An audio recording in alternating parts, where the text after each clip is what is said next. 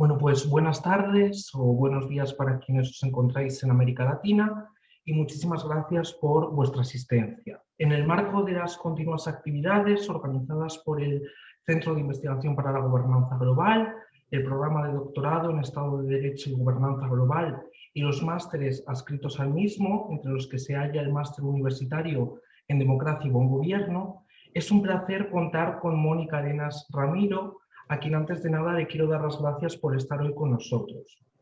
Mónica Arenas Ramiro es doctora en Derecho con una tesis doctoral que titulada El Derecho Fundamental a la Protección de Datos Personales en Europa obtiene, entre otros reconocimientos, el premio de la Agencia Española de Protección de Datos.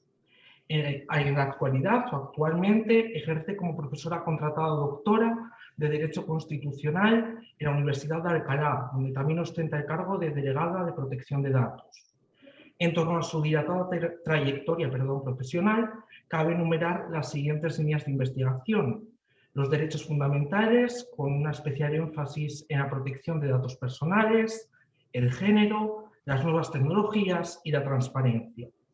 Partiendo de esta base, el título de su conferencia es Los derechos fundamentales frente a las tecnologías disruptivas y, como siempre, tras la intervención de la ponente se abrirá un turno de preguntas en el que se puede participar levantando la mano o empleando el chat. Por tanto, sin mayor dilación, le cedo la palabra a nuestra ponente. Muchas gracias, Óscar. Bueno, muchas gracias y buenas tardes a todos y a todas, y buenos días, como decía también Óscar, a todas las personas que nos están viendo y que nos están escuchando desde Latinoamérica. Un cordial saludo a todos ellos. Bien, y antes de nada, como no puede ser de otra forma, yo quería comenzar dando las gracias y agradeciendo la invitación a formar parte del ciclo de conferencias del Centro de Investigación para la Gobernanza Global, tanto al centro en sí como, lógicamente, no puede ser de otra forma, a Óscar y a María José Corchete, a Óscar Moreno y a María José Corchete. No solo porque me dan la oportunidad de compartir este espacio y este tiempo con ellos y con todos ustedes, sino también porque voy a formar parte de un ciclo de conferencias en la que han participado personas y excelentes expertos a los que admiro. Entonces, muchas gracias por la oportunidad. Para mí supone un reto y espero estar a la altura de tan elenco, el elenco de tan buenos profesionales como tiene el centro. Enhorabuena por los logros que estáis consiguiendo. Bien.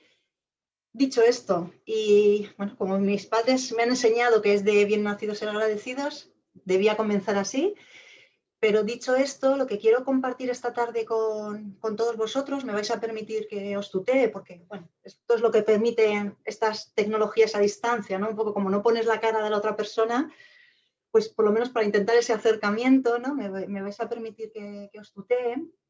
Y quería compartir con vosotros una serie de reflexiones, un conjunto de reflexiones. Y voy a compartir esta vez un PowerPoint para ir siguiéndome. Pero bueno, es un PowerPoint que son unas 4 diapositivas, pero por lo menos para ir siguiendo un poco las ideas. Voy a compartir la pantalla. Se ve, ¿verdad? Se ve. ¿Está viendo la pantalla? Bien. Creo que voy a hacer esto más chiquitito para yo... Vale. Poder verlo así, poder veros a vosotros. A ver. Porque esto consigo veros. Vale, pero así no puedo ver el chat. Bueno, no pasa nada. Era por si os quería ir viendo mientras si alguno tenía alguna cuestión que preguntarme, lo iba viendo. Pero bueno, yo comparto el PowerPoint y ahora iré viendo con vosotros las cuestiones que me interesa, sobre las que me interesa reflexionar con vosotros y con vosotras. Bien, ¿sobre qué quiero reflexionar en este ratito que tengo? Pues mirad, lo que me gustaría hablar con vosotros es... El tema, lógicamente, es los derechos fundamentales frente a las tecnologías disruptivas, pero me interesaría que reflexionáramos sobre 3 puntos, 3 aspectos. En primer lugar, cómo estas tecnologías disruptivas afectan a los derechos fundamentales, pero también, y sobre todo, el papel que juegan los gigantes tecnológicos en todo este proceso de digitalización y en este proceso de desarrollo de estas tecnologías disruptivas o de estas herramientas disruptivas. ¿no? Me interesa especialmente que reflexionemos sobre ese punto.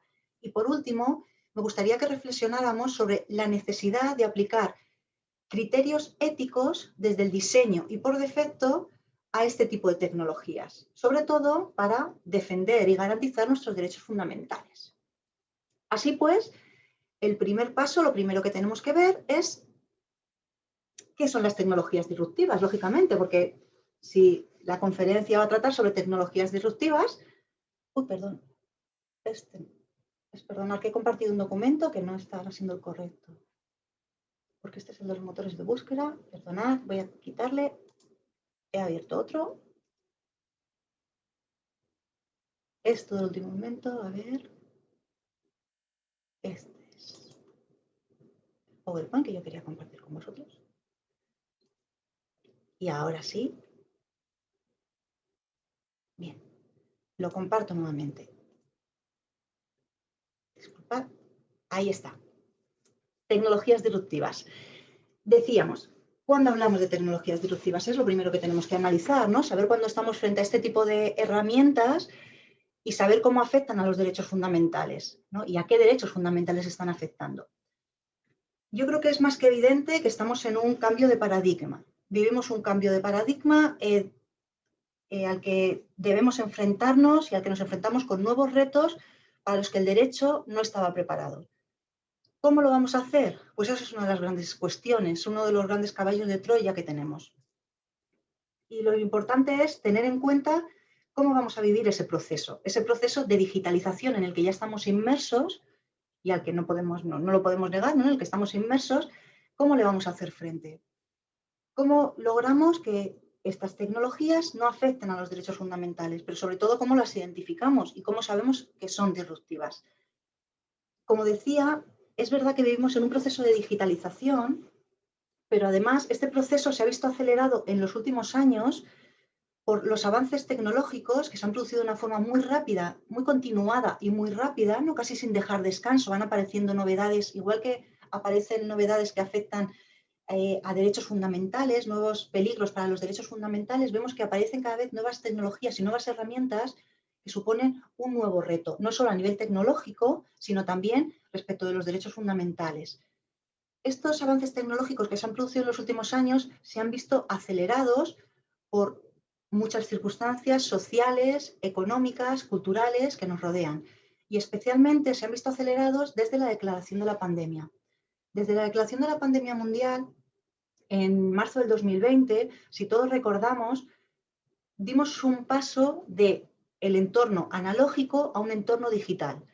Si todos recordamos, y seguro que lo recordamos, cómo todos pasamos a estar encerrados en casa y a comunicarnos de una forma diferente, a comunicarnos e incluso a trabajar de una forma diferente. Bien, ¿esto por qué se produce? Pues esto se produce porque tenía una lógica, tenía una finalidad. Teníamos que combatir el virus, teníamos que utilizar nuevas herramientas que nos permitieran continuar con nuestro día a día, continuar con nuestra vida, pero guardando la distancia social. Y esto lo permitían estas nuevas herramientas, ¿no? Como decía, todos recordaremos el uso de la videollamada, las videoconferencias, por ejemplo, en Navidades, ¿no? Como muchas veces no podíamos estar unidos, no podíamos estar reunidos en familia y cómo a través de las videollamadas podíamos estar de una forma, por lo menos algo presencial, aunque fuera en formato digital, con nuestros seres más queridos. Esto lo provoca esos avances rápidos en la tecnología, esos desarrollos tecnológicos rápidos, pero también lo provoca el hecho de vernos forzados, ¿no?, a utilizar unas nuevas herramientas para proteger nuestra salud, para proteger nuestra vida. Por lo tanto, ya estamos viendo que esto sí que tiene un impacto en nuestros derechos. Y vemos también, con otros ejemplos, cómo se ha intentado a través de estas herramientas proteger estos derechos fundamentales, ahora veremos cuáles, pero proteger derechos fundamentales, entre ellos el derecho a la vida o el derecho a la salud. Por ejemplo, todos recordaremos que hasta no hace muy poco y en muchos sitios todavía se pide para entrar en un país el uso del pasaporte COVID, ¿no? O, por ejemplo, las que en su día surgieron y que no tuvieron mucho éxito, las llamadas herramientas de rastreo para identificar quién estaba contagiado o quién no estaba contagiado durante la pandemia. Vemos que en esta revolución digital, estas innovaciones tecnológicas suponen un punto de ruptura. ¿no? Con la forma en la que los ciudadanos nos estábamos relacionando y participábamos en la sociedad. Pues bien, este es el punto. Y este es el motivo por el que podemos hablar de tecnologías disruptivas. Son tecnologías disruptivas aquellas que suponen un cambio radical o por lo menos una innovación respecto de herramientas o mecanismos anteriores o tecnologías anteriores. No significa que deban ser tecnologías nuevas, no significa que siempre deba ser algo nuevo o que deban ser novedades, sino que pueden ser tecnologías que a través de pequeños cambios suponen una modificación de un modelo anterior. Por ejemplo, os pongo un ejemplo, los coches automatizados o autómatas, o que se dirigen solos. Bien, pues los coches ya existen, ¿no? La tecnología, la herramienta ya existe, pero el hecho de que un coche pueda circular sin un conductor, eso es algo nuevo, es una tecnología nueva, ¿no? Es un añadido nuevo. Incluso podemos hablar de tecnologías disruptivas cuando, sin ser nuevas o muy novedosas, se ponen en conexión varias de ellas y a través de esta convergencia tecnológica provocan esa ruptura en la sociedad, en nuestra vida cotidiana. Por ejemplo, claro, según van pasando los años, hablar de nuevas tecnologías, pues ya nos vamos quedando incluso obsoletos, ¿no? Pero si hablamos de Internet, hablamos de redes sociales, hablamos de aplicaciones como WhatsApp, por ejemplo, o Instagram, y utilizamos todas esas herramientas y además también las ponemos en conexión con la realidad virtual, pues tenemos, por ejemplo, lo que se conoce como el metaverso.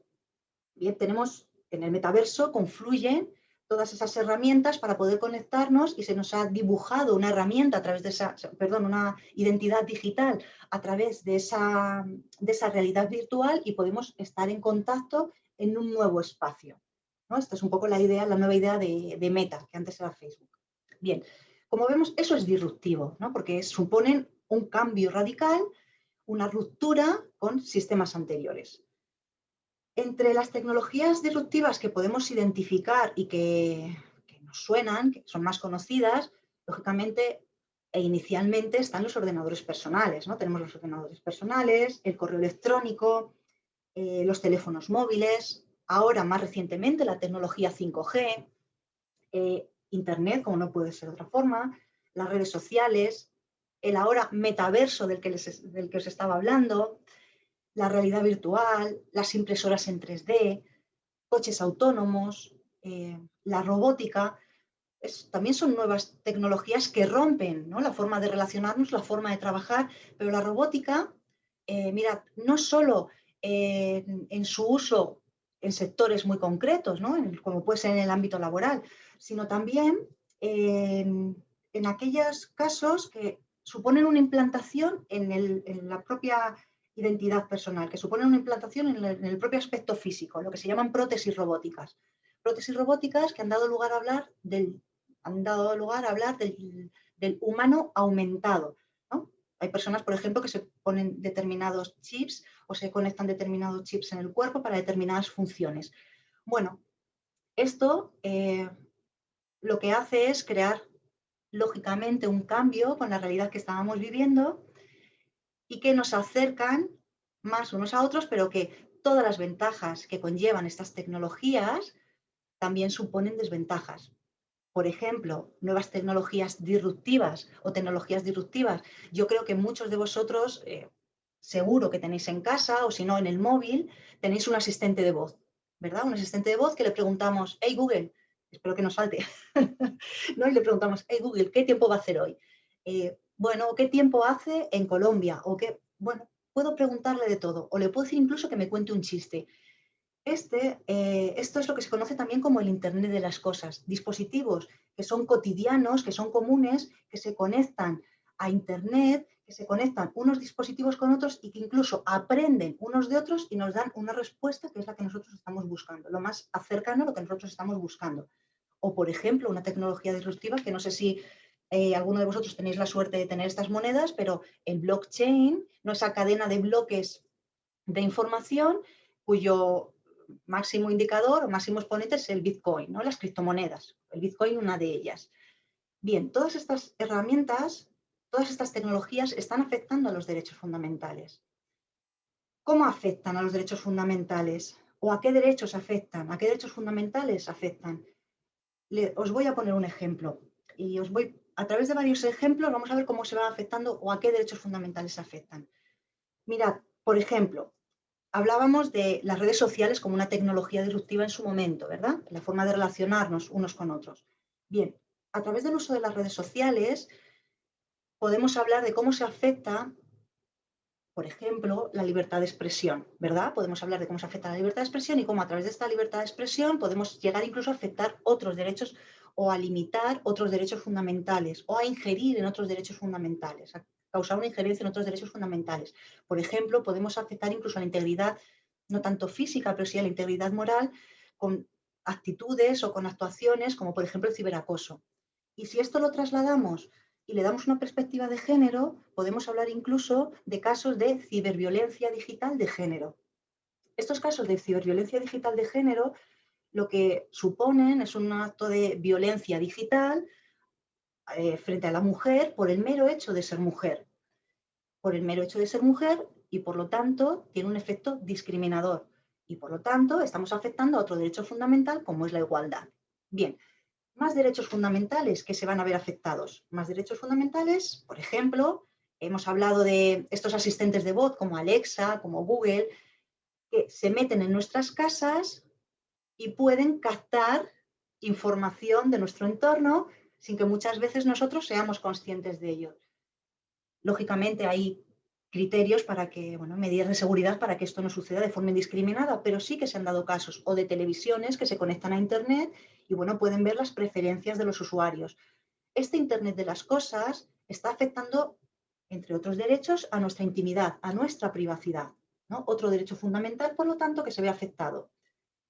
Y donde quiero hacer especial hincapié, y sí que me gustaría, si queréis luego que lo comentemos, lo desarrollamos un poquito más, es al tema de cómo estas tecnologías, sobre todo por el uso de los algoritmos, ¿no? en el desarrollo de estas herramientas, de estas nuevas herramientas, cómo el uso de esos algoritmos pueden afectar a los derechos fundamentales o a las libertades de comunicación, tanto al derecho a la información como a la libertad de expresión.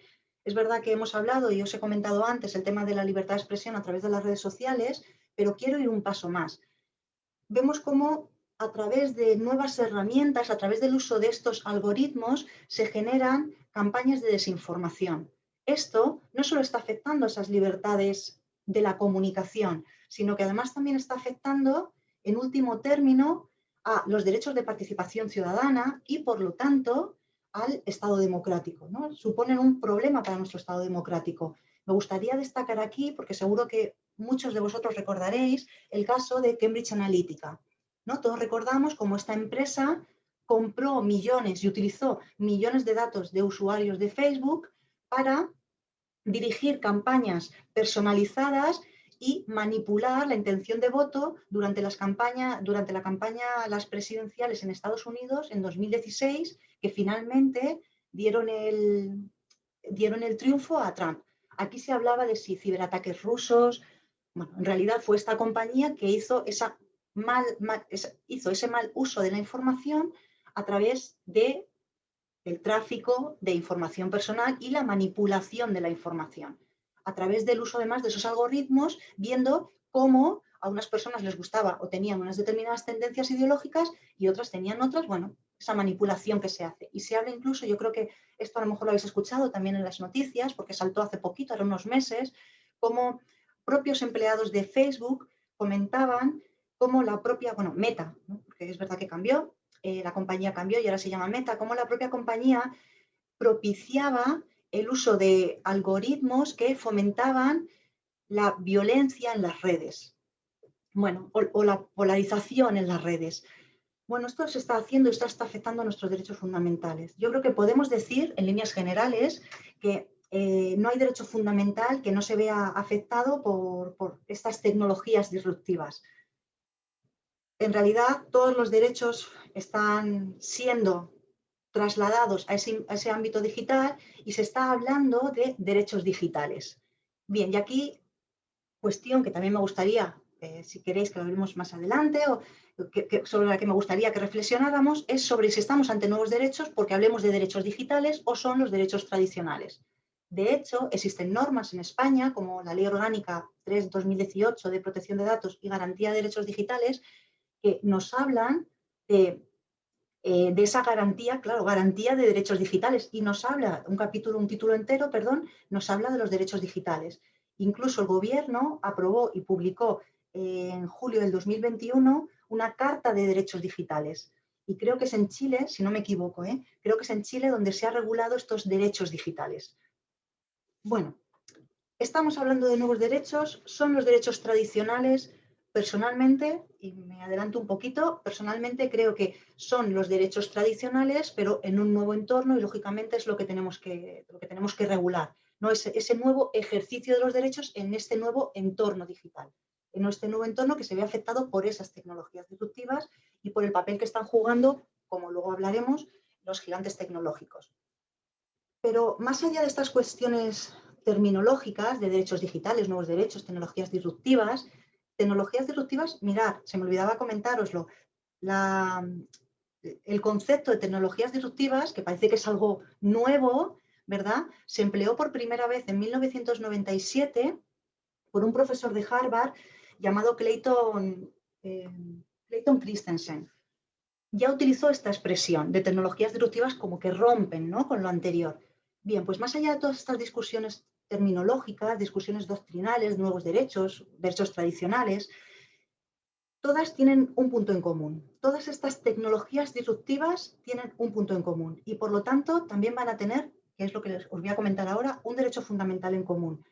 Y creo que este derecho fundamental en común que os voy a decir ahora, creo que es el que se debe tener en cuenta porque es el punto en común de todas ellas, creo que es el que se debe tener en cuenta si nos planteamos cualquier tipo de regulación al respecto. Y me refiero, como no puede ser de otra forma, y como ha explicado Óscar, que es una de mis especialidades, ¿no?, de los temas en los que me centro de investigación, en el derecho fundamental a la protección de datos personales. Este derecho fundamental se regula tanto a nivel internacional como a nivel europeo y también a nivel nacional. A nivel nacional lo vamos a encontrar en el artículo 18.4 de la Constitución, no como el derecho fundamental a la protección de datos, porque no tiene esa denominación expresa, pero sí porque sí anclado en ese artículo, porque el Tribunal Constitucional en el año 2000, nuestro Tribunal Constitucional en el año 2000, en una sentencia de 290/2000, nos dijo, aquí hay un derecho fundamental, es el derecho fundamental a la protección de datos. Y algo que quiero destacar, este derecho fundamental no debe confundirse con intimidad. Y el Tribunal Constitucional lo dejó muy claro. Es verdad que tienen puntos en común y tienen fundamento jurídico en común porque tanto la intimidad, el derecho fundamental a la intimidad como lo que es la protección de datos, buscan proteger la dignidad de la persona, el desarrollo personal, pero son derechos fundamentales diferentes. Son derechos fundamentales diferentes porque tienen finalidades diferentes. Mirad, la intimidad supone excluir algo del conocimiento de terceros, pero el derecho a la protección de datos no. El derecho a la protección de datos implica un control de la información personal. Eso es protección de datos. Control de la información personal, control de los datos personales. Y este control no significa, ojo, esto también lo quiero destacar, ese control no significa no dar la información o no utilizarla. Esto tiene que quedar muy claro. No significa no dar o no utilizar la información, sino que implica controlar lo que se hace con ella, ¿no? Yo puede ser que tenga una obligación legal de dar la información aunque no la quiera dar, pero si yo tengo una obligación legal, yo sé que esa información se va a utilizar para una determinada finalidad, ¿no?, que va a ser la que me va a explicar, de la que se me va a informar y de la que además las normas de protección de datos nos dicen que hay que informar. Normas de protección de datos que a muchos os resultarán conocidas como el Reglamento General de Protección de Datos o la Ley Orgánica de Protección de Datos que acabo de citar, ¿no? Protección de datos y garantía de derechos digitales. Importante tener en cuenta que cuando estamos hablando de protección de datos y de protección de la información personal, estamos hablando de un derecho fundamental. ¿Y por qué digo que es importante?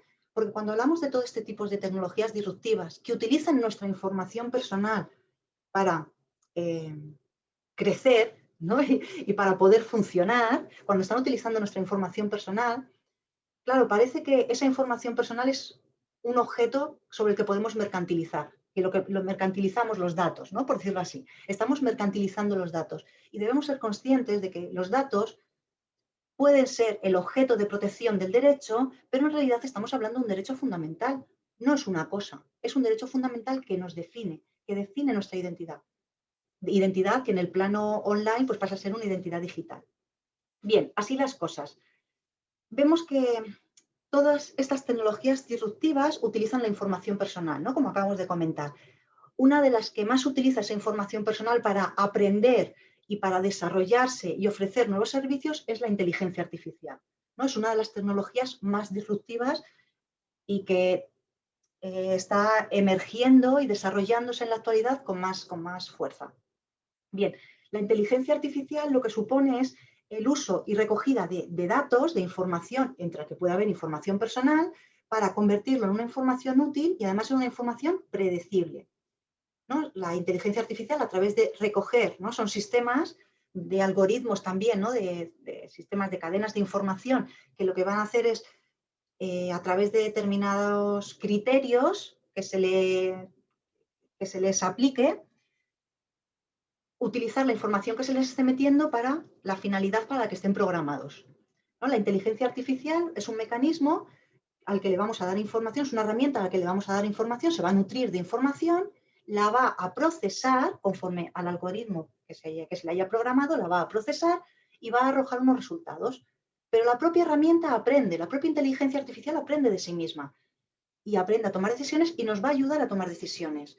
En todos estos ejemplos, la información que se maneja es información personal y es información necesaria. Por lo tanto, se hace imprescindible entender y no olvidar que estamos hablando de que estas tecnologías utilizan información personal y que esto implica la afectación de un derecho fundamental, como es el derecho fundamental a la protección de datos personales, y que, por lo tanto, los criterios que se apliquen para poder tratar datos personales y que recogen las normas de protección de datos personales deben aplicarse también a estas tecnologías disruptivas, ¿no? Esto es una de las conclusiones a las que haré referencia al final, pero que ya estoy adelantando, ¿no? Estamos hablando de tecnologías que utilizan información personal, que se nutren de información personal, que afectan a los derechos fundamentales, ya hemos visto cómo afectan a una multitud de derechos fundamentales, pero que en realidad se nutren de información personal, de datos personales. Y por lo tanto debemos aplicar los criterios, los principios de la normativa de protección de datos. Criterios como, por ejemplo, el de transparencia, el de una finalidad legítima, el de utilizar los mínimos datos posibles, el de la obligación de información, el de analizar el impacto en la privacidad desde el diseño y por defecto del tratamiento que queramos hacer, sin olvidar, lógicamente, tener en cuenta que todos estos tratamientos además deben tener una base legítima, que no siempre va a ser nuestro consentimiento, ¿no? Porque muchas veces caemos en el error de pensar que como estamos hablando de datos personales y son nuestros, ¿no? Es nuestro tesoro, son nuestros, nosotros debemos consentir. Bueno, pues no es la única base de legitimación, debemos romper ese mito porque existen otras bases legítimas que permiten tratar datos personales, como una ley, un interés vital, ¿no? Lo hemos visto durante la pandemia, ¿no? Por protección de salud, por interés vital, por un interés público, se permite tratar datos de salud sin consentimiento de los interesados, ¿no? Lo hemos visto con las tomas de temperatura o, como comentaba antes, con el pasaporte COVID, por ejemplo. Bien, dicho esto, hemos visto cómo afectan las tecnologías, cómo afectan a los derechos fundamentales, pero el siguiente paso sería, ¿y aquí qué papel juegan los gigantes tecnológicos? Porque debemos ser conscientes de que estas tecnologías muchas veces están potenciadas, están desarrolladas por estos grandes gigantes tecnológicos. Hablamos de Facebook, hablamos de Yahoo, hablamos de Google. Estos grandes tecnológicos lo que hacen es, en realidad, afectar a los derechos fundamentales, ¿no? En cierta manera. Y voy a poner un ejemplo para que sea más claro. No sé si conocen lo que es el derecho al olvido, que es el derecho de supresión de los datos que hay en Internet, ¿no? Es una de las facultades que reconoce la normativa de protección de datos y que tanto el reglamento como la ley orgánica de protección de datos. Bien, pues este derecho al olvido, que se reconoce a todos los titulares de los datos que quieran borrar información que vean pública en Internet, se ejerce frente a se ejerce frente al responsable, pero si está en Internet, lógicamente, se va a ejercer, por ejemplo, frente a Google, ¿no? Hubo un caso muy conocido, una sentencia del Tribunal de Justicia del año 2014, el caso Costeja contra Google o Agencia Española de Protección de Datos contra Google, en la que se terminó reconociendo este derecho al olvido y se dijo, existe un derecho al olvido, existe la posibilidad de borrar información de Internet, pero quien tiene que decidir en último término será Google. Lógicamente se dan unos criterios, ¿vale? No quiero decir que Google decida sin ningún tipo de criterio, se dan unos criterios, pero aquí tenemos que ser conscientes de que aunque tenga criterios, Google no es un juez y está actuando afectando un derecho fundamental. No está decidiendo sobre un derecho fundamental y va a decidir al final qué es lo que se hace público en un buscador de Internet o qué es lo que no se hace público. Es decir, va a decidir en último término a qué tenemos acceso el resto de ciudadanos, a qué tenemos acceso o a qué no tenemos acceso. Yo decido borrar esto o decido no borrarlo, o decido colocarlo en la primera posición de mi búsqueda o decido colocarlo en la última posición de la búsqueda. Y esto lo está decidiendo sector privado, no lo está decidiendo el sector público y se ejerce sin las garantías correctas. Por lo tanto, creo que debemos controlar en cierta medida lo que están haciendo estos gigantes tecnológicos, ¿no? Lo que están haciendo estas grandes empresas. Y pongo otro ejemplo para ir un poquito más allá. Yo os he hablado, del caso de Cambridge Analytica, ¿no? Podemos ver cómo a través de una generación de algoritmos se puede manipular la información de los ciudadanos o nuestra participación en cuestiones que nos interesan en la sociedad y que forman parte de nuestro derecho de participación y de la idea de Estado democrático. ¿Hasta qué punto estamos dejando que estos grandes tecnológicos que están diseñando esas herramientas, que están procesando esos algoritmos, que están programando esos algoritmos, interfieran en los derechos fundamentales? ¿Hasta qué punto les dejamos hacerlo? Bueno, aquí tengo que decir que es verdad que se están llevando a cabo medidas para controlar el papel de estos gigantes tecnológicos. He comentado antes el caso del Tribunal de Justicia de la Unión Europea en el caso de el señor Costejo, la Agencia Española contra Google, pero es verdad que el Tribunal de Justicia también se ha pronunciado en muchas otras ocasiones para limitar el papel de estos grandes tecnológicos, sobre todo en tema de transferencias internacionales de datos anulando los mecanismos de transferencias internacionales por considerar que no se cumplían garantías adecuadas en estados que recibían la información personal. Y aquí el Tribunal de Justicia lo que está haciendo es decir, ojo, los ciudadanos europeos tenemos un conjunto de derechos fundamentales que no se pueden ver afectados por la voluntad o por el interés privado, aunque sea un interés legítimo, ojo, pero por el interés privado de estos gigantes tecnológicos. Hay que buscar un equilibrio, hay que permitir una injerencia en cierta medida en los derechos, pero que sea una injerencia proporcional al fin que se pretende conseguir, ¿no? Y ese es el gran reto, buscar ese equilibrio con estos gigantes tecnológicos. Otras medidas que lo que están haciendo es limitar también el papel de los gigantes tecnológicos es la aprobación de normas como, bueno, está a puntito de salir y este sí que va a ser algo disruptivo, es la que se conoce como Ley de Servicios Digitales o la Digital Service Act, ¿no? Es que en realidad es un reglamento, pero se la conoce como Ley de Servicios Digitales, que lo que pretende es controlar el contenido que estos responsables de la información, estos responsables tecnológicos, pues alojan o arrojan, ¿no? A través de sus servicios.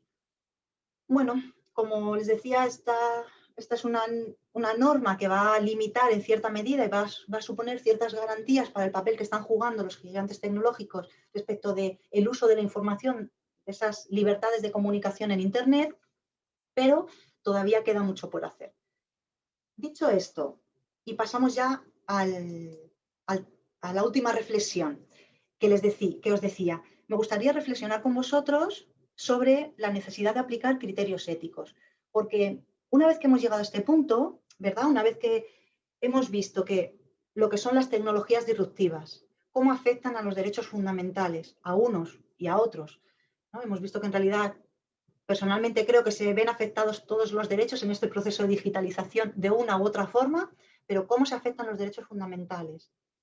¿Qué papel juegan los gigantes tecnológicos?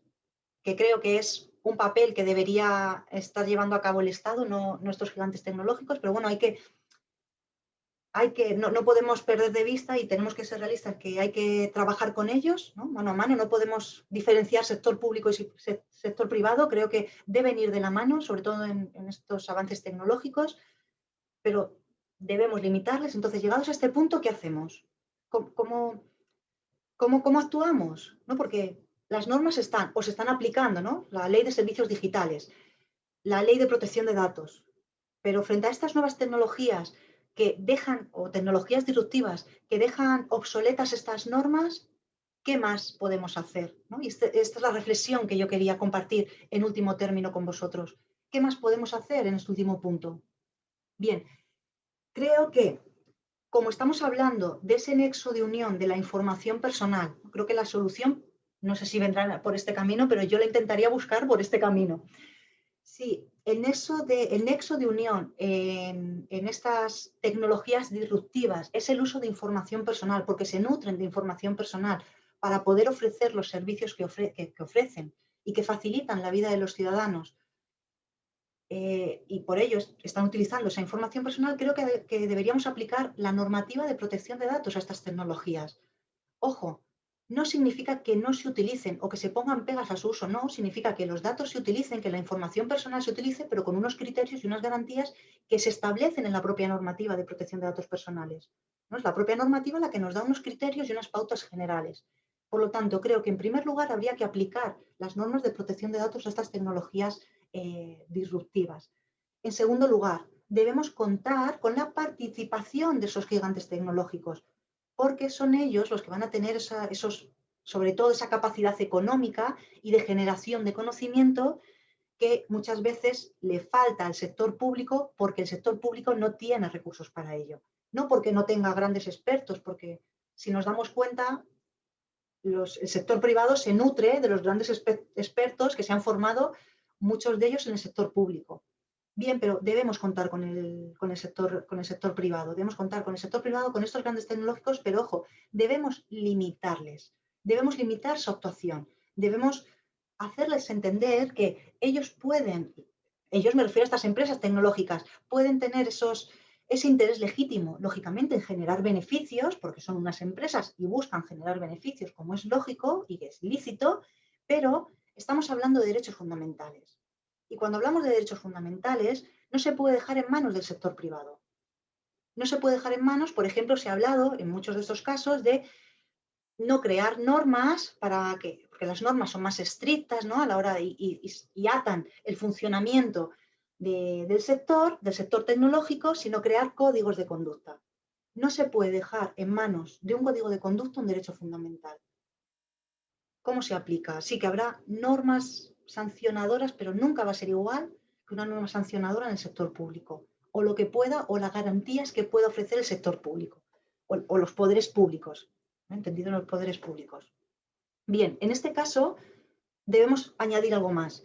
¿Cómo podemos hacer para que, aplicando la norma de protección de datos y aplicando normas a estas empresas tecnológicas, consigamos el objetivo de conseguir tecnologías que sean respetuosas con los derechos fundamentales? Pues creo que el último paso y el último punto consiste en aplicar criterios y principios éticos. Criterios de la ética. Y en ese sentido, creo que podemos tomar como referencia, puede ser una buena referencia, lo que se está haciendo a nivel europeo en relación con la inteligencia artificial. Ya os he comentado antes cómo creo que la inteligencia artificial es una de las tecnologías disruptivas que utilizan información personal por antonomasia, ¿no? Sobre todo para conseguir el objetivo que pretenden darnos, ¿no? Los servicios que pretenden darnos.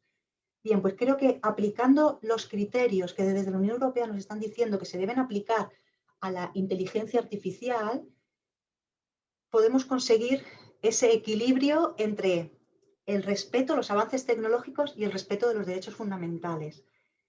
Desde la Unión Europea, como os decía, se han elaborado diferentes directrices sobre el uso de inteligencia artificial y hay una propuesta de reglamento europeo que se presentó el 21 de abril del año 2021. Esto todavía está en ciernes y el Parlamento Europeo, la Comisión, están trabajando en la materia y se habla de que a lo mejor verá la luz en el año 2024. A lo mejor verá la luz en el año 2024. Pero bueno, este reglamento de inteligencia artificial, junto con unas directrices son las que se toman como referencia, unas directrices éticas para una inteligencia artificial fiable que se aprobaron en el año 2019, son las que nos pueden servir de referencia en este momento y en este punto. Estas directrices, que creo que es lo que debemos aplicar, estas directrices nos dicen, debemos tener una inteligencia artificial que sea lícita, que sea ética y que sea robusta, tanto desde el punto de vista técnico como desde el punto de vista social, ¿no? Que no genere discriminación. Y se habla de 7 puntos, ¿no? De 7 criterios o 7 requisitos que deben cumplir las herramientas de inteligencia artificial, pero como decía, creo que se pueden aplicar al resto de tecnologías disruptivas, estos criterios que se pueden aplicar para conseguir una inteligencia artificial o una herramienta disruptiva que sea ética. Y se habla, por ejemplo, de la necesaria acción y supervisión humana, primer criterio, ¿no? Segundo criterio, de la solidez o esa robustez, ¿no? Que hablaba antes, desde el punto de vista técnico y social. En este punto se habla también, en el punto como tercer criterio a tener en cuenta, el hecho de garantizar la privacidad, ¿no? Proteger la privacidad de los usuarios. En cuarto lugar, se habla de la necesidad de transparencia. Ojo, aunque se hable de privacidad y transparencia, no son elementos antagónicos ni enfrentados, sino que yo puedo garantizar en cierta medida la privacidad dando transparencia a lo que se puede hacer transparente, ¿no? Por ejemplo, el uso del algoritmo. Yo puedo marcar y señalar y hacer transparente la programación del algoritmo para que vea cómo ese algoritmo está tomando decisiones. Bien, otro criterio es el de la no discriminación, del que ya hemos hablado. Un sexto criterio es el de garantizar, estas herramientas deben garantizar el bienestar social y también el medio ambiente, ¿no? La protección del medio ambiente. Y por último, y muy importante, debe existir un criterio de rendición de cuentas. Estas herramientas deben ser auditables. Todas estas tecnologías disruptivas deben ser auditables. Y así, con estos criterios aplicados a estas tecnologías disruptivas, llegamos a una reflexión final. Y con esto cierro mi intervención. Creo, y con esto concluyo, que debemos conocer las tecnologías, debemos conocer esos avances tecnológicos que rompen con nuestra forma de relacionarnos y de estar en la sociedad de la que formamos parte, pero además debemos también entender cómo esa tecnología impacta en nuestras vidas, cómo esta tecnología impacta en nuestros derechos fundamentales y sobre todo cómo las compañías tecnológicas interfieren en ese proceso. Y con esto debemos buscar un equilibrio para que la tecnología siga avanzando, pero respetando nuestros derechos.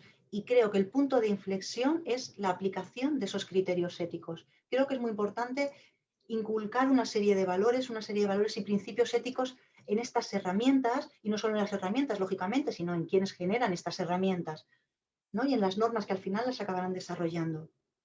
Y esta es la reflexión que quería compartir, las 3 reflexiones que quería compartir con vosotros y esta conclusión final.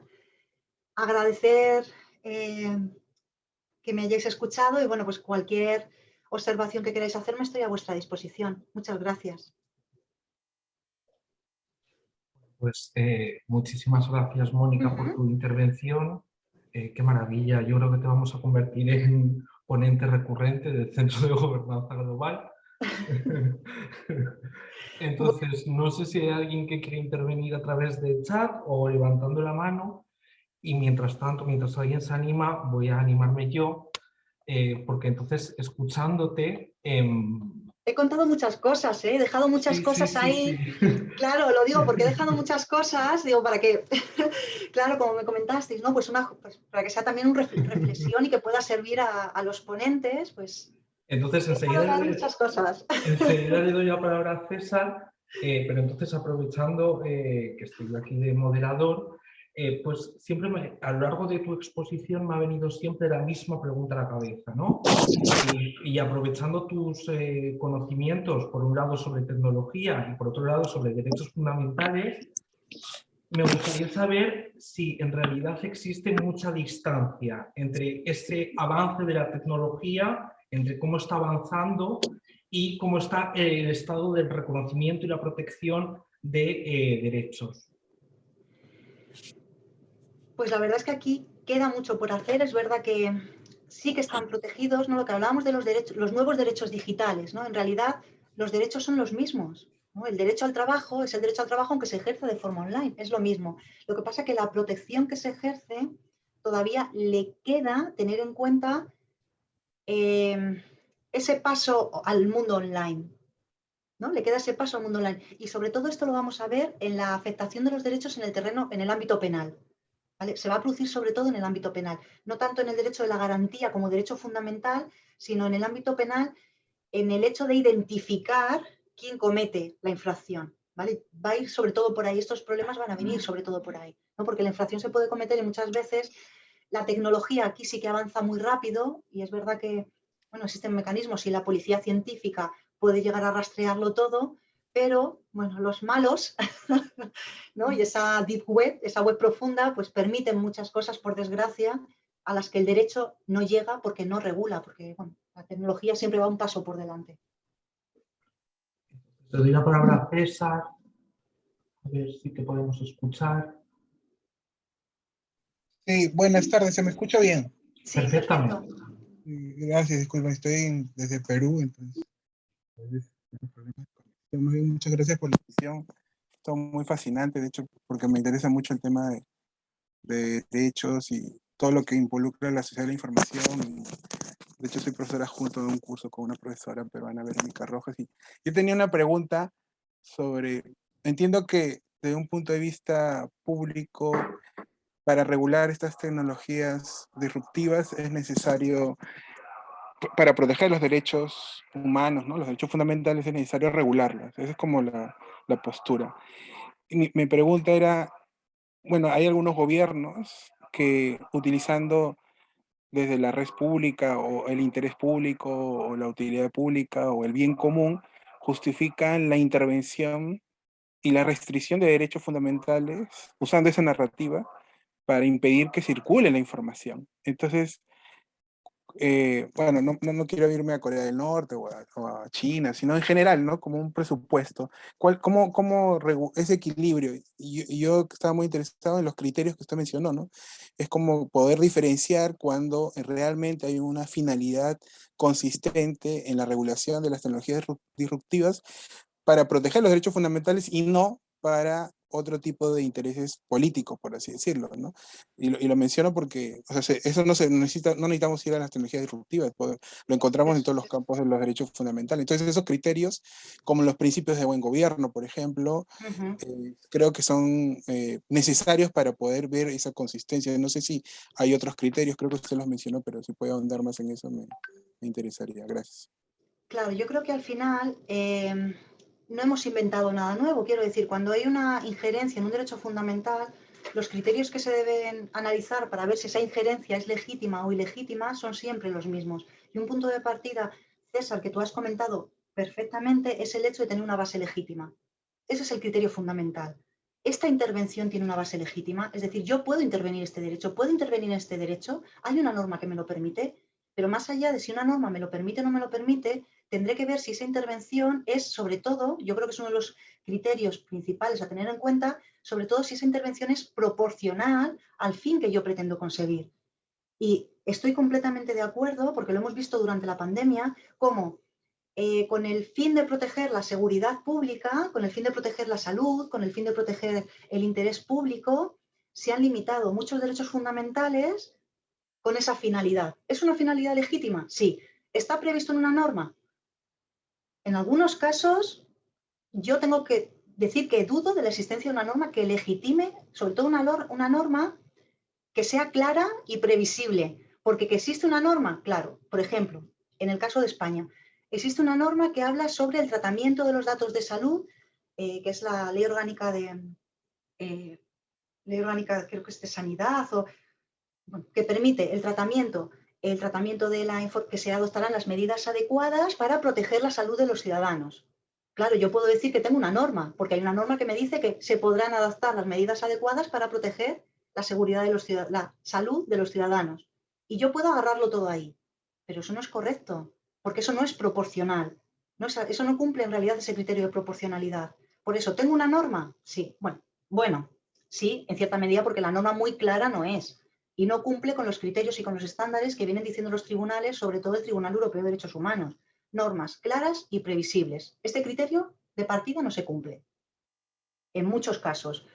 Bien, y ahora vemos, ya que pensando que, ¿no? Partiendo de la base de, bueno, obviamos que no sea muy clara y la damos por válida, aceptamos barco y consideramos que tenemos una norma. Va, tenemos norma. Ahora, esta norma es proporcional, ¿de verdad lo que estoy haciendo es proporcional al fin que yo pretendo conseguir? ¿No? Lo que comentabas, César, ¿no? Con la finalidad que yo pretendo conseguir, que es proteger, ¿de verdad lo tengo que hacer de esta forma? ¿O hay una medida menos lesiva para los derechos fundamentales en la que poder conseguir la misma finalidad? O una finalidad parecida que no lesione el derecho de los ciudadanos. ¿No? Por ejemplo, no hace falta, aquí habría que analizar muchos aspectos, ¿vale? Pero, por ejemplo, no hace falta quitarle el tuit a Trump por las manifestaciones que hizo en su día, ¿no? Y que provocó pues, una riada de tumultos. Bueno, pues no limitemos la libertad de expresión de esa forma, hagámoslo de otra forma. Contrarrestamos, ¿no? Podemos utilizar esos criterios éticos de cómo debe ser la información que se vierte, pero no censuremos, ¿no? Por ejemplo, en el caso de las libertades de comunicación e información, no censuremos previamente. Utilicemos criterios proporcionales, utilicemos principios éticos de lo que se puede o lo que no se puede hacer. O, por ejemplo, en el caso de la pandemia, yo comentaba el caso del pasaporte COVID. ¿De verdad necesitan saber cuando no hay una garantía real de que no me vaya a contagiar estando vacunada? ¿De verdad necesitan saber mis datos médicos, la discoteca a la que quiero entrar? ¿O un centro de ocio al que yo quiero entrar? ¿De verdad necesitan conocer mis datos médicos? No, es que la finalidad es muy buena porque es la salud pública, es garantizar la salud. Sí, la finalidad puede ser esa. No, es que hay una norma, la de sanidad. Sí, pero ahora vayamos a la proporcionalidad. ¿De verdad la injerencia en mi derecho no se puede conseguir de otra forma menos lesiva? Sobre todo cuando estamos viendo que no se va a conseguir la finalidad de proteger la salud pública, porque me puedo contagiar estando vacunado o sin estar vacunado. En estos momentos, ojo, a lo mejor al principio de la pandemia sí que se podía considerar el pedir el pasaporte COVID para entrar en los locales. Pero cuando una vez que hay evidencias científicas que nos dicen que estemos vacunados o no estemos vacunados podemos contagiar igual, pues a lo mejor el pasaporte COVID no es la medida más idónea, ¿no? Porque no es proporcional. A lo mejor lo que tenemos que hacer es pedir, por ejemplo, se me ocurre, pues una prueba de un test antes de entrar. Se me ocurre, ¿no? Otra medida que no sea el pasaporte COVID. Si de verdad la finalidad es garantizar la salud, si quiero, lo que estoy haciendo es encubrir una vacunación obligatoria, estamos hablando de otro tema, ¿no? Pero es verdad que si no se utilizan unos criterios o se establecen unos criterios estrictos en la norma, que es la que tiene que ser la base, el resto ya va mal de partida, ya sale mal, ¿no? Y como decía César, esos criterios deben establecerse en las normas, esas garantías adecuadas. Nuestro Tribunal Constitucional lo ha dejado muy claro. Hubo una sentencia, no sé si recordáis, o a lo mejor no sé si lo conocéis, la LOREC se modificó, al hilo de aprobarse la Ley Orgánica de Protección de Datos en España, se modificó la Ley Orgánica del Régimen Electoral General y permitía a los partidos políticos que vieran las opiniones políticas de los usuarios de redes sociales y las utilizaran para luego mandarles información personalizada. Se hablaba durante la campaña electoral, eso sí, por lo menos se limitaba el tiempo de la campaña electoral, pero claro, cuando yo utilizo una red social y yo manifiesto mi opinión política, a lo mejor lo que menos me espero es que el partido político me escriba o ese algoritmo me dirija solo información relacionada con un determinado partido político. Bien, pues hubo una sentencia del Tribunal Constitucional que declaró inconstitucional este tipo de actuación. Se declaró inconstitucional y el Tribunal Constitucional dijo, si se quieren limitar, si se quiere ingerir en un determinado derecho, deben existir garantías adecuadas y las garantías adecuadas deben estar previstas en la norma y deben desarrollarse en la norma. Por eso esas normas deben ser claras y previsibles, no una carta blanca, ¿no? Para poder ingerir en los derechos o interferir en los derechos, ¿no? Y esos criterios van en esta línea. No sé si he respondido, César, a lo que me preguntabas, me he enrollado mucho. No, sí, muchas gracias. Vale, tenemos otra mano levantada y se hacía referencia al chat a esta sentencia, yo creo, la que sentencia, no me acuerdo del número, pero yo también la conozco. 76, es la 76/2019. Sentencia 76/2019. Y entonces no sé si la persona que tiene levantada la mano, que vale, creo que ya ha encendido el micro, puede hablar. Sí, muchísimas gracias. Felicitaciones por la exposición. Mi nombre es Verónica Rojas. También soy de Perú, al igual que César. Yo soy la profesora del curso de Sociedad de Información y él es adjunto de docencia.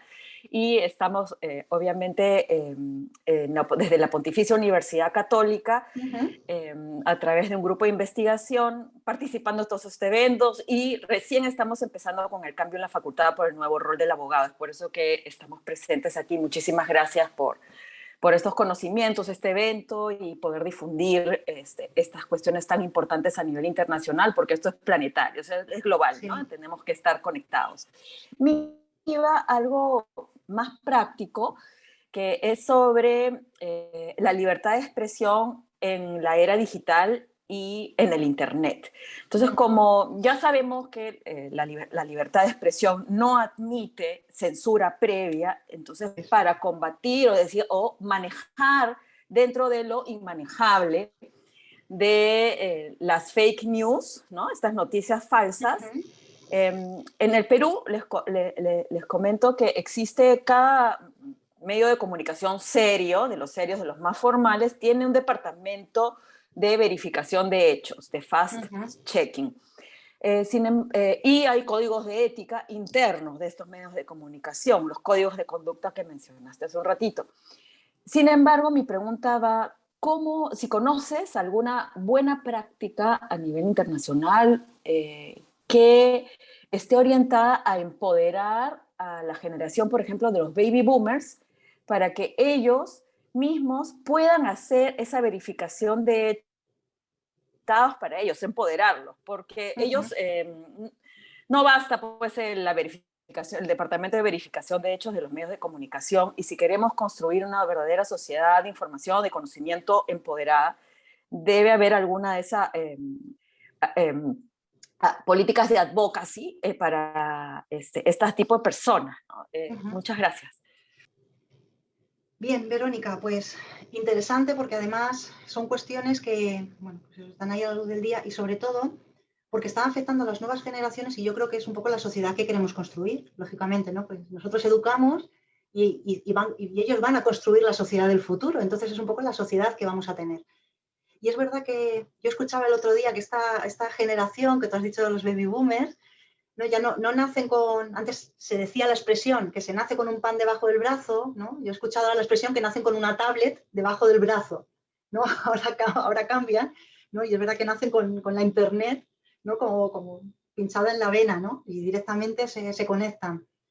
Desde la Unión Europea me consta que hay un código para la desinformación, contra la desinformación. No recuerdo la referencia, lo tendría que buscar. Si me pasas, bueno, tenéis mi correo al final de la presentación, que si queréis compartirla sin ningún problema, okay, yo se la paso a Óscar, o vamos, sin ningún problema, por si queréis compartirla. Y busco la referencia y os la mando, porque sé que hay un código contra la desinformación a nivel europeo, y se buscan estas buenas prácticas para enseñar cuando estamos frente a un caso de fake news, ¿no? Como unos criterios, ¿no? Unos ítems de cuándo podemos identificar para ver que estamos ante un caso de fake news o no es así, no es un caso de noticia falsa. No es un código de buenas prácticas lo que estáis comentando, sí. Ok, muchísimas gracias. Nada. En España también hay algo parecido, ¿eh? Yo lo busco y os digo, porque es verdad que tengo las referencias, pero otras cosas que he ido mirando, y os la digo, ahora mismo no lo recuerdo. Pero en España también hay algo parecido, sobre todo porque hubo un decreto y levantó mucha polémica en España, no sé si lo recordaréis o si lo recuerdas, Óscar, que se hablaba de un comité de la verdad, ¿no? Se hablaba de crear un comité de la verdad que decidiera qué se publicaba o qué no se publicaba, ¿no? Y la cuestión aquí, yo creo, Verónica, que es importante tener en cuenta no solo criterios de qué se publica o no se publica, sino quién decide lo que se publica o no se publica. Que por eso hablaba yo antes de esos prestadores de servicios, ¿no? De estas grandes tecnológicas. Y de ahí viene también esta Digital Service Act, ¿no? Esta ley de servicios digitales, ¿no? Porque les va a hacer responsables por contenidos, por esos contenidos ilícitos, y también se está buscando, ¿no? Que sea también por esos contenidos falsos, porque lógicamente dar información falsa no acaba generando en una forma de manipular la sociedad, en cierta medida. No sé si habéis visto los casos, claro, los casos que estaban saliendo ahora con la guerra en Rusia, ¿no? Como hay esos ataques cruzados, ¿no? De desinformación. Claro, pues esto es importante también, sobre todo a nivel público y sobre todo pues tema de participación y Estado democrático, como es lógico. Y también de seguridad nacional, porque no podemos perder de vista también que esto afecta a la seguridad nacional. Son cosas que afectan al final a la seguridad nacional. Bueno, teníamos también una pregunta, por lo menos en el chat. A ver.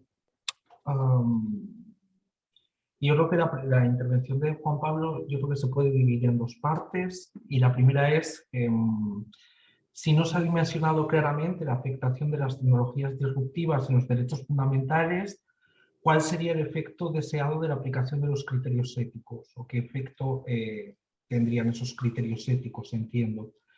Y yo creo que de la segunda parte, la pregunta sería que si más allá de esos criterios éticos se necesita una regulación más específica para enfrentar ese reconocimiento, bueno, mejor dicho, esa protección de los derechos fundamentales.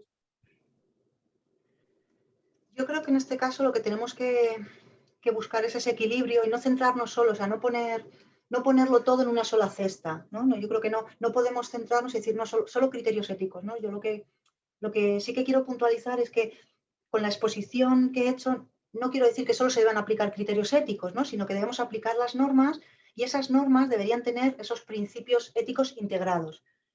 Si las normas no funcionan, ¿no? Porque la normativa de protección de datos se quede obsoleta o haya principios que no se apliquen, si nosotros aplicamos los criterios éticos, lógicamente conseguiremos que esa información que se esté manejando cumpla con un cierto criterio de respeto a los derechos fundamentales. Es decir, si entre los criterios éticos está entre ellos la transparencia, ¿no? A la hora de tratar la información o a la hora de funcionar estas herramientas, o también está, por ejemplo, garantizar la privacidad de los sujetos, o está el garantizar la no discriminación, ¿no? Como criterios y principios éticos de los que deben beber las normas. Si las normas no funcionan, por lo menos estos criterios éticos van a estar, o sea, si las normas que existen, ¿no?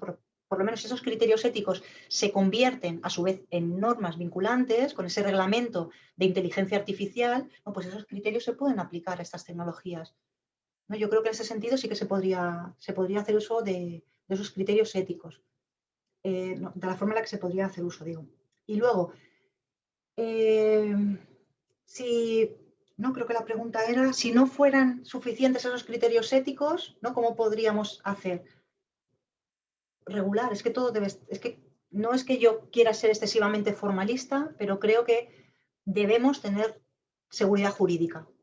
Debemos tener seguridad jurídica a la hora, sobre todo, de interferir en los derechos fundamentales. Lo que decía, de verdad estoy a favor de no ser muy rígidos y estoy a favor de los códigos de conducta. Pero cuando estamos hablando de derechos fundamentales, dejarlo en manos del sector privado, a mí, a lo mejor como constitucionalista, como publicista, ¿no? Hay una parte que me da cierto temor, ¿no? El hecho de dejarlo todo en manos del sector privado. Entonces creo que necesitamos normas que regulen y sobre todo si son normas que introducen esos criterios éticos, creo que sería lo ideal, buscar ese equilibrio.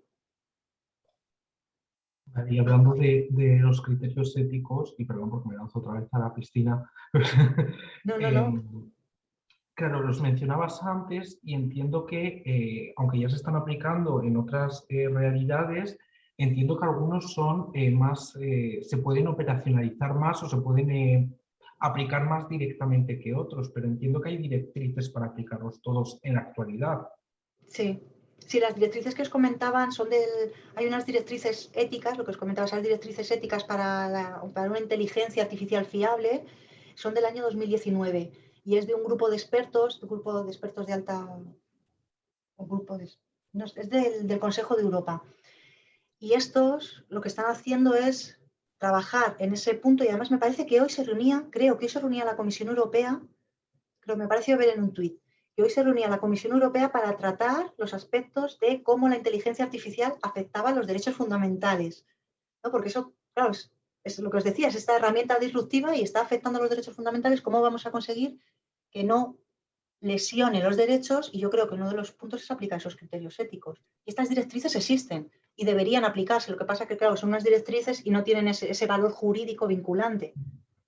Lo tendrá el reglamento, cuando se apruebe ese reglamento de inteligencia artificial que bebe de estas directrices, pues se podrán hacer vinculantes y se podrán hacer exigibles. Hasta entonces son directrices, bueno, orientaciones, y que esto al final pues es el sector, por eso os decía, al final es el sector público y el sector privado de la mano los que tienen que colaborar para crear unas herramientas confiables y que beban de estos criterios y que respeten las normas.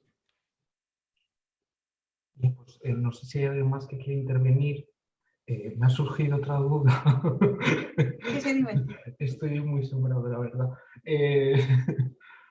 Estamos hablando del papel que está teniendo la Unión Europea y entonces ahora pensaba, ¿y qué papel está teniendo el Consejo de Europa en este ámbito? Porque al final el Consejo de Europa siempre ha tenido mucho más papel a la hora de reconocer y proteger derechos. Entonces me ha surgido ahí en el momento. Claro, yo sé que el Consejo de Europa también está regulando la materia, ¿vale? También está elaborando como ciertas propuestas, ¿no?, para regular la materia de las herramientas, no herramientas, sino la inteligencia artificial. Sí que está lanzando propuestas en este terreno. Y sobre todo lo está haciendo, creo que a lo mejor es aquí, a través de la vía del Tribunal Europeo de Derechos Humanos, de los pronunciamientos que está haciendo el Tribunal Europeo de Derechos Humanos en relación, vinculándolo sobre todo, porque, como os digo, como es tratamiento de información personal, lo están vinculando al tema de la vida privada, ¿no? Muchas veces en estos pronunciamientos pues se llega a pronunciar sobre, como hablaban antes, ¿no?, las redes sociales, la información en las redes sociales. No es el Tribunal Europeo el que va protegiendo a nivel internacional estos derechos frente a estas nuevas tecnologías o estas nuevas herramientas, utilizando estos criterios. Vale. Y está copiando mucho, ojo, porque es algo muy interesante, a lo mejor me salgo un poco del terreno, pero bueno, como hay mucha gente en Latinoamérica, sí que me gustaría hacer este guiño y reconocerlo porque es muy importante. El Tribunal Europeo está copiando mucho los pronunciamientos, pero muchísimo en los últimos años, los pronunciamientos de la Corte Interamericana de Derechos Humanos. Y está dando el salto valiente que hace la Corte Interamericana, que le dice a los estados, tienes que hacer esto para cumplir, algo que hasta entonces venía haciendo poco el Tribunal Europeo y se venía mojando poco, ¿no?, dejando ese margen de apreciación a los estados, pero en los últimos pronunciamientos sí que le está diciendo a los estados, modifica la norma y la debes modificar en este sentido. Y eso debemos agradecérselo a la Corte Interamericana de Derechos Humanos. Yo lo he visto en un caso de violencia de género que hasta entonces no lo había visto, pero en un caso de violencia de género contra Rusia, el Tribunal Europeo decirle a Rusia, tienes que modificar, esto es un problema estructural del Estado y tienes que modificar tu legislación en la materia y tienes que hacerlo de esta forma. Y esto, como digo, debemos agradecerlo a la Corte Interamericana. No, pero bueno, muchas veces son los tribunales los que van por delante de las normas, ¿no? Antes, cuando preguntabais las normas, los criterios, pues muchas veces son los tribunales los que nos van a ir dando las pautas y configurando los derechos, ¿no? Por eso yo vuelvo a insistir que son los tribunales los que al final, bueno, pues en todo caso, si no son las normas, son los tribunales los que se tendrán que pronunciar y no las grandes tecnológicas, ¿no?, las que decidan, se publica, no se publica, censuro, no censuro, ¿no?, sector privado. Bueno, pues si hay un conflicto de derechos, quien se tiene que pronunciar, creo, debería ser el sector, los poderes públicos.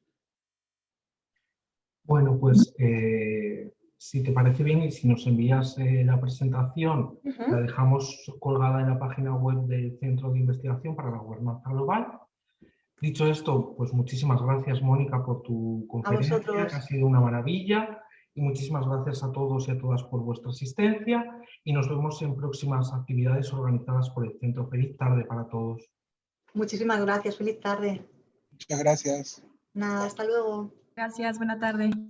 Estoy a Muchas gracias. para lo que Muchas gracias. Sí, gracias. escribo. Gracias, doctora. Hasta luego. Escribimos. Gracias, hasta luego. Gracias. Gracias, hasta luego. Gracias, chao. Chao.